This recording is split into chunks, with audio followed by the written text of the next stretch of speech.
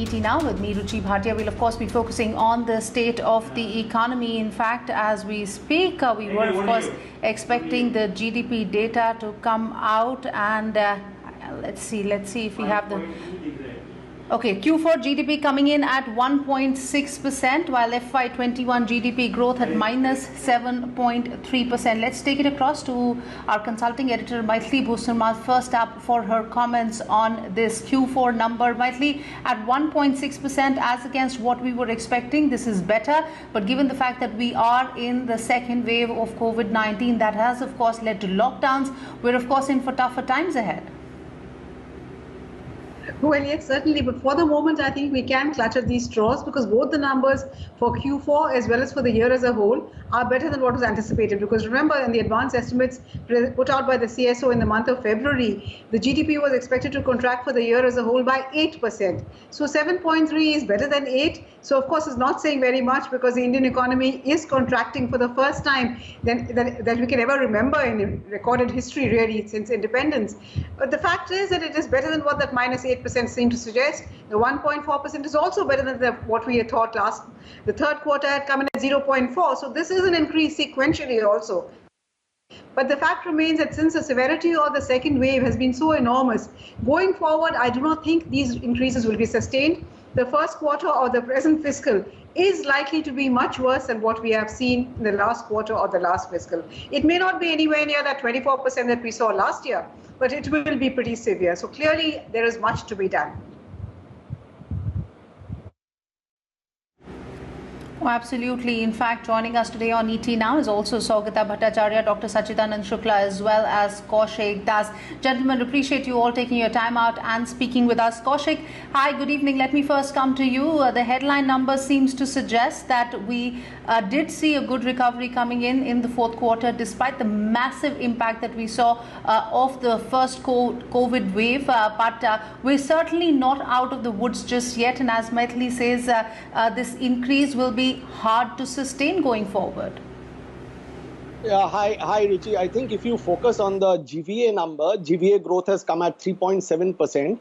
That is actually a true reflection of the sequential momentum that we have seen in January, March 21 over October, December, when GVA had grown at 1%.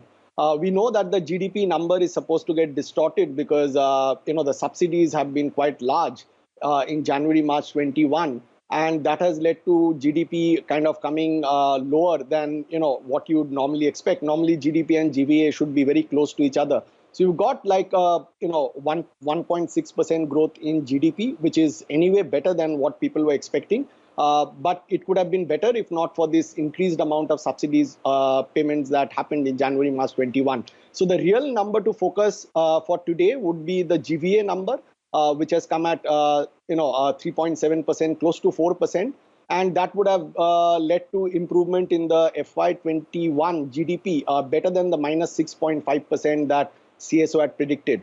Now, if you think about April, May, June in year-on-year terms, I think the number would be substantially better because last year we were at minus 24.4%. Look at the core infrastructure growth number for April. We have got 56% year-on-year growth. And that will be also seen in industrial production growth when it comes out in a couple, in 7 or 8 days. So I guess April, May, June, what you will see is that on a year-on-year basis, the growth will look very high.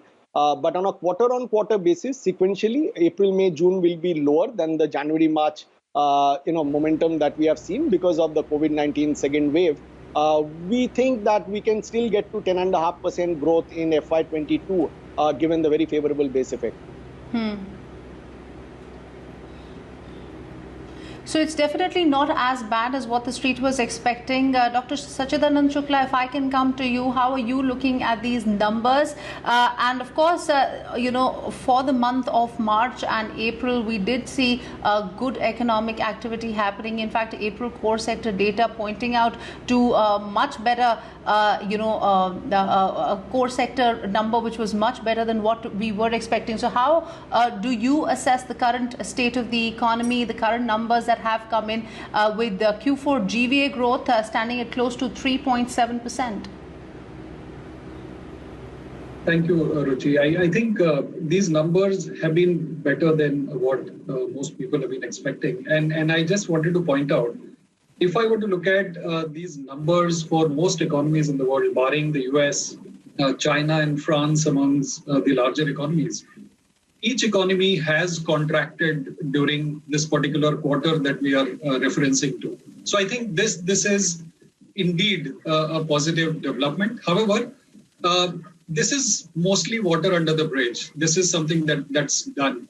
I think going forward, looking at most of the economic data that we have, high frequency data, much of it worsened in May. So while we can take some solace from the April data, but the fact of the matter is that most states have imposed these lockdowns, and in terms of stringency, it has gotten more severe during May. And therefore, going forward, a couple of things that we would want to look at. A, the consumer has been leading the recovery so far elsewhere. If I look at some of these other economies, will it happen in India? I think Q1, because of the second wave, and like I said, May has gotten impacted much harder. Most of the activity levels, if I compare May 21, is closer to May 20. And therefore, I think this is something that we need to look at, and which also will lead on to the policy prescriptions and policy responses. So I think we are seeing that the consumer will not really be leading, and therefore India is going to be a bit different from the evidence playing out in the rest of the world. This is again not going to be synchronous. We all assume that from Q1 onwards, India will be moving in tandem with the rest of the world. Alas, I guess it's not going to happen. The third bit that I wanted to highlight was, will therefore a vibrant capex cycle follow through, the investment to GDP ratio go up based on what the budget really proposed to do, borrow and spend so that the economy gets out of this rut? I think with consumption really sputtering, this again is likely to take some time, and the investment can get kicked forward. So I think this is again something that we will have to look at, and also the recovery from here on will be subject to what the government really does. I'm also not very sure of what has happened with respect to the past data. I mean, in terms of revision, I think that also is something that will probably act as a reference point for the quarters going forward. So I'll probably stop at that, and we can take these forward as the data comes back. Right. Let me take it across to Saugata as well. Saugata, hi, good evening. I have the fine print with me. Q4 farm sector growth at 3.1% versus 6.8% year on year. Mining in Q4 has seen a contraction of 5.7% versus a contraction of 0.9% on a year-on-year basis. Q4 manufacturing sector has seen a good growth, 6.9% versus minus 4.2%. If you look at construction, there also we're seeing good activity coming in, 14.5% growth. I don't think a lot of people kind of expected that number coming in for construction, 14.5% versus 0.7% on a year-on-year basis. How do you look at the fine print? Clearly, the farm sector growth is something that one should take heart from, but besides that, good numbers in Q4 in terms of manufacturing as well as construction sector output as well. So yeah, hi. Many thanks for having me on the show. So first, the farm sector, we knew that. I mean, the farm output has been a record in FY21 as a whole, particularly the Rabi harvest, which is partly getting reflected in the Q4 numbers.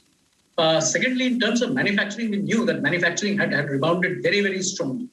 So it will not just be the Q4 numbers. I would be very surprised if even the Q3 numbers were also not revised up from what Sachin was saying. So we actually expected manufacturing, and manufacturing had been leading. We have heard of the metal sector, we have heard of ball bearings, engineering, chemicals, and a whole bunch of other sectors that had actually led the growth recovery, particularly in Q4, even in Q3. Construction, I'm sure the government, if you remember, has the center in particular had really increased, had budgeted for an increase in capex spending in Q4 and even in some part in Q3. So that would be one source of the increase in construction. Plus, beside that, there was a big surge in residential housing construction. So the two together, which in turn led to the demand for steel, cement, other manufacturing activity, chemicals, etc., in the process of the infrastructure construction. So I'm actually not surprised at all. The overall growth numbers, we were very close. So instead of the 7.2, minus 7.2 contraction, we were at minus 7.5 or thereabouts. So we were very close to those numbers. So and the internals seem to reflect that the dynamics that we thought were playing out, and particularly given some of the numbers, the Q4 financial results, the limited set of companies that have come out, I think this actually is close to what actually we were seeing on the ground, given the fiscal numbers, given the financial numbers, given what little we understood about consumption, etc., is consistent with these GDP numbers. Right. Maitli, if I can come to you, the RBI in their report, which came in last week, they did say that this is a razor-edged sword between lives and livelihoods. Given the fact that now we're seeing the COVID cases coming down, the big focus for the government, and that's what all top leaders of India Inc. seem to be suggesting, is to focus on demand-side related issues. With the kind of numbers that we're seeing, with the kind of data that the government has now post the second wave, the kind of ebbing of COVID cases as well. What do you think should be the focus for the government going forward? Ruchi, I'm not so sure we can really call it victory as far as COVID is concerned, because it has gone to the hinterland. And the problem is that we really do not know what is happening in rural India, because there is no facility as far as testing is concerned. So the numbers that we have are largely based on what we see in the large cities, the metropolises, where certainly the cases have come down, the caseload has come down, fatalities also have come down. But I think we're a little early in the day to say that the second wave is really over. And mind you, there are warnings of a third wave also. So I think the first priority for the government really should be to vaccinate, to ensure that the vaccination is done much faster and much more widely than is presently happening. So that, I think, is the first priority for the government, because until you have, people feel safe to go out, you're not going to see a revival in consumption. At the same time, if you want to see consumption revive, there has to be income, because consumption can only come out of income. So that means there has to be income transfer to those who are at the bottom of the pyramid. MNREJ, those kind of transfers work. We haven't seen any increase in allotment under those MNREG facility programs either. So I would say vaccination, transfers to the poor, and at the same time, infrastructure spending. As we've seen, construction has shot up in Q4, and that is one relatively easy way of ensuring that both lives and livelihoods are preserved. So I think the government has a tough call. It's had a tough call, and so far it has chosen to act through the financial sector, because if you look at the RBI report, it clearly shows that government's actual expenditure for the year was not very much, despite the huge programs that they announced. All of these were essentially riding on the financial sector, essentially through guarantees. In terms of increased expenditure, the actual increase in expenditure last year was only 4 lakh crores over the budgeted estimate. That is not enough for a country which is undergoing the biggest crisis once in its century.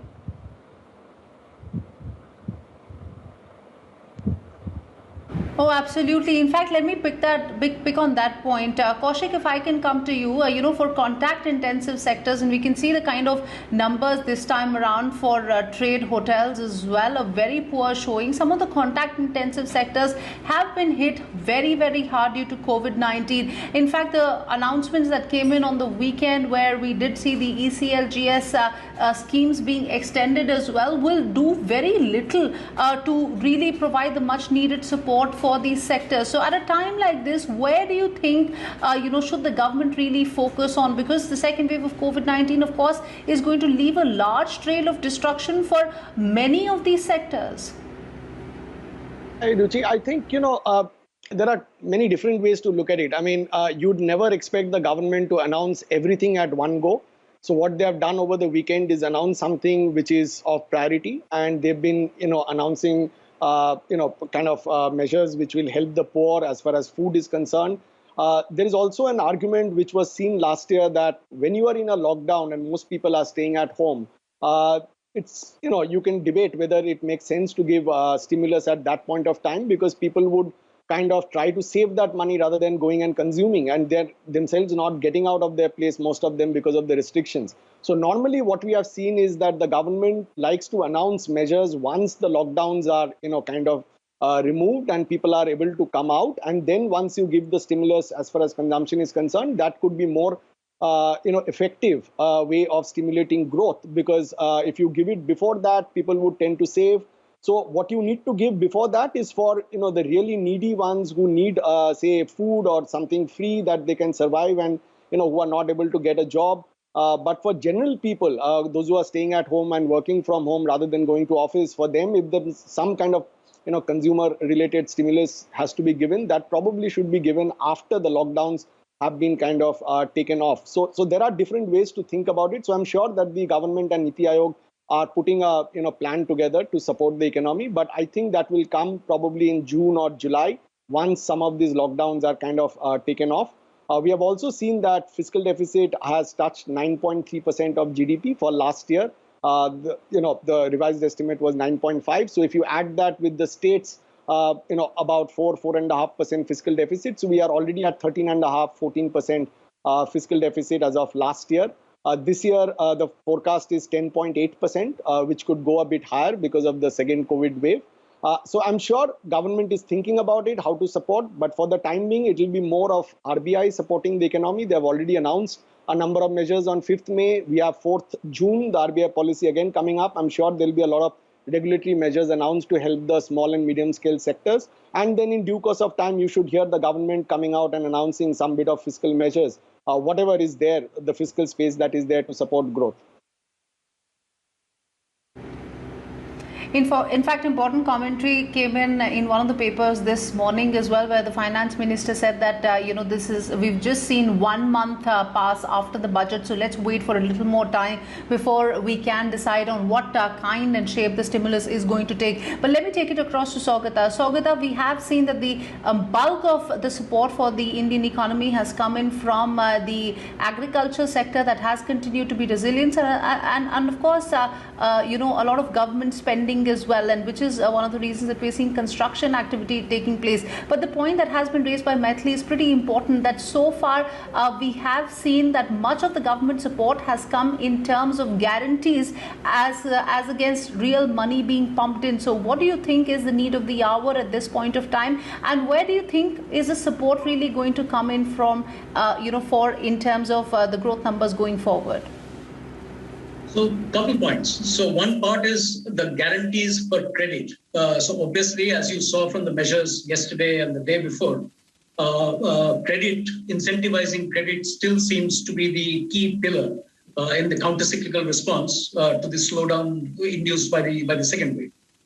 With the ECLGS4, various other measures to try to, for the public sector banks and trying to put together products to help the healthcare industry, the hospitality, restaurant industry. So you've seen that part. So that will be of help. But my worry is that that's not enough. So that's about 50,000 crores, maybe 1 lakh crore or whatever. But the whole that will probably have been induced in the cash flows, in the incomes of the micro and the small businesses. Remember, it is these micro, small businesses, these 1-2 person enterprises, the proprietorships, etc., which form the bulk of the consuming class. Of the consumption comes in from these guys. So if their cash flows are not regularized or cash flows are not restored to a certain extent at least, I mean, survey after survey is showing that half, 30%, whatever of cash flows have been seriously impacted in this second wave. So my guess is what is being done now with the rural Narega programs, I think some part now needs to be replicated in the urban areas as well. Some spending, as all my colleagues say, that some transfers to salvage some parts of the really small businesses, the unincorporated enterprises, etc. I think will not only help save some of the businesses and incomes, but also lead to cash flows, which will induce some degree of consumption. The government has headroom. RBI has transferred more. FCI loans are down. In fact, they might have a cash surplus. various other dividends from the petroleum companies, etc., are expected to be much higher than budgeted. So the government is carrying a large cash balance with the RBI, which it can spend. So given all of this, the government has headroom. My own sense is they should probably start on the programs right away. It's already June. They should start on the programs right away. The lockdowns are easing, and this is the time to come in with fiscal support, other than the credit support. Right. All these programs are sure. Let me take that point across to Sachidanand Shukla. Sir, help us understand what would be the right timing in terms of when the government should act, and also a very important commentary given the kind of numbers that we've seen now. Very important commentary came in last week from the RBI as well on private sector, where they said that the private sector is the missing piece in the story of the Indian economy for this year. Would you say that the private investment, given the fact that we are still not completely out of the woods just yet, private sector investment is still going to continue to be weak, and the government will have to do bulk of the heavy lifting going forward? So Ruchi, I guess in terms of timing, it's very clear that as one of your feet is on the brake, which means if you slam the brakes hard by imposing lockdowns, the accelerator won't really work in terms of any stimulus that the government tries to do. So my guess is, and I think Kaushik also spoke about it, once these lockdowns are over, and this is the tricky part, which adds to the uncertainty over the outlook, is that some of these states have joined the party later in terms of imposing these lockdowns. And these might really stagger it beyond June, and that will really make it very tricky. But my guess is it could be possibly June, beyond June, once these, lockdowns are over or getting wound up. We will see something coming up in July, August. I think that probably would be the right time. In terms of the private sector, I just wanted to point out that whatever discussion all of us are having here is just skimming the surface. For example, if you look at the share of unorganized sector in non-agri GDP, it is around 34%. If I add or include the agri GDP part, it is about 45%, and it is one of the highest in the world, right? What this means is these averages really hide a lot more than they reveal. So, for example, most of the GDP data that we're talking about is coming through proxies on the organized sector, right? And so, for example, we take the help of some of these 4,500 companies which publish their results. And for Q4, it's just about 1,000 odd companies that we are referring to. And if I look at this, what we are saying is we are not really counting or aggregating or assessing the pain on the rural side or the informal economy. And whatever discussion of this 7 to 8% growth, either the FY21 where we seem to have had a minus 7.5 kind of a growth, or going forward for FY22, that's right. 7 to 8% growth, I think we are not looking at the pain on the informal economy. Very quickly, Saugata, I'll give you the last word. Many of us are still, watching out for the kind of numbers that we will see for FY22. Kaushik says 10.5% is very much doable. What about you? Very quickly. A little bit. We are 9 to 10.5% with 60% probability of 9.5 to 10%. So that's the range. 9.8% center. We are waiting for some few numbers today to see where we can go. 9.8, 9.5 to 10% range. Okay, between 9 to 10.5%. Dr. Sachidanand Shukla, if you can come in on that as well. So I think giving a point estimate with so many, uncertainties is going to be tough.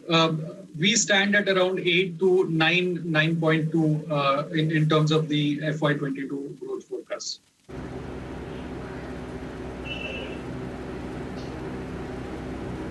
Okay, so the consensus estimate is anywhere between 8 to 10.5%. But given the fact that, as Mathli was pointing out, we're still not out of the woods yet, needs to be seen what kind of action that the government of India is going to take in the next couple of months as we come out of the second wave of COVID-19. Demand push is, of course, one of the things that everybody seems to be talking about. We need to focus on urban poor as well, some kind of direct transfer, as well as focus on vaccination as well as infrastructure. But with that, appreciate you all taking your time out. Maithili, Dr. Sachidanan Shukla, Saugata, as well as Kaushik, appreciate you all taking your time out and speaking with us. Completely out of time. Many thanks for watching.